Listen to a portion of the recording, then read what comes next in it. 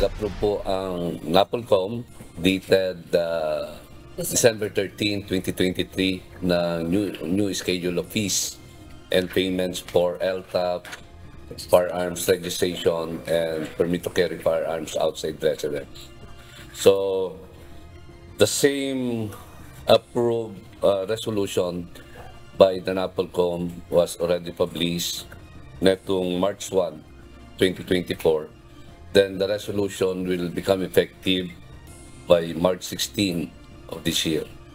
Matatagalan pa bago ma-expire ang license to own and possess firearms o LTAP, firearms registration at maging ang permit to carry firearms outside of residence o PTC4 ng mga gun owner.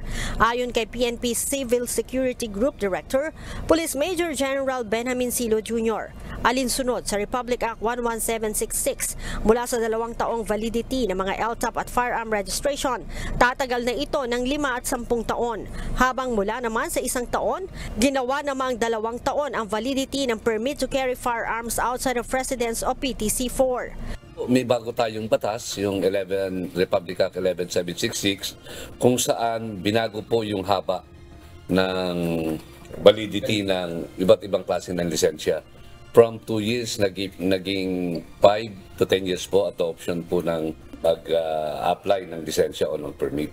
Ganon din po, kaakibat ng paghaba ng validity, itinaas din po ng NAPOLCOM yung bayad sa mga fees. Kaugnay nito, sinabi ni Major General Silo na may pagbabago din sa babayaran. Mula sa 1 hanggang 2 taon dating binabayaran ng mga aplikante, mabibigla sila sa pagbabayad ng 5 o 10 taon base sa validity. Halimbawa, aniya nito ay kung nag-apply ng Type 2 na LTAP ang isang gun owner. Sa lumang patakaran, magbabayad lamang siya ng 2,000 piso para sa 2 taon.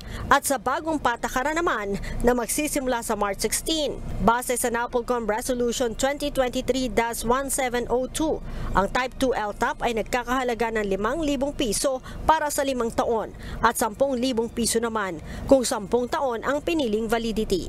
Maging ang bayad aniya sa PTC4 o permit para makapagbitbit ng baril mula sa 6,000 para sa 1 taon ay madudoble din dahil sa 2 taon na ang validity nito ngayon. Kung kukumputin nyo nga po, ganun din naman po, kaya lang mas mahaba po yung validity ng binayaran nyo pong lisensya. Sinabi pa ni Major General Silo na pabor pa sa mga gun owners ang mahabang validity ng mga lisensya ng baril. At the end of the day, makikinabang po yung mga aplikante natin dahil for 10 years, hindi na po sila pabalik-balik para mag-renew ng kanilang lisensya. Kaugnay nito, hinikayat ng PNP-CSG ang mga gun owners na mayroong mga expired na lisensya ng baril na mag-renew na para ma-avail ang murang babayaran bago pa mag-umpisa ang bagong patakaran sa March 16. Leia Ilagan, UNTV. News and Rescue. Diyos ang aming sandigan, serbisyo publiko ang aming pinahahalagahan.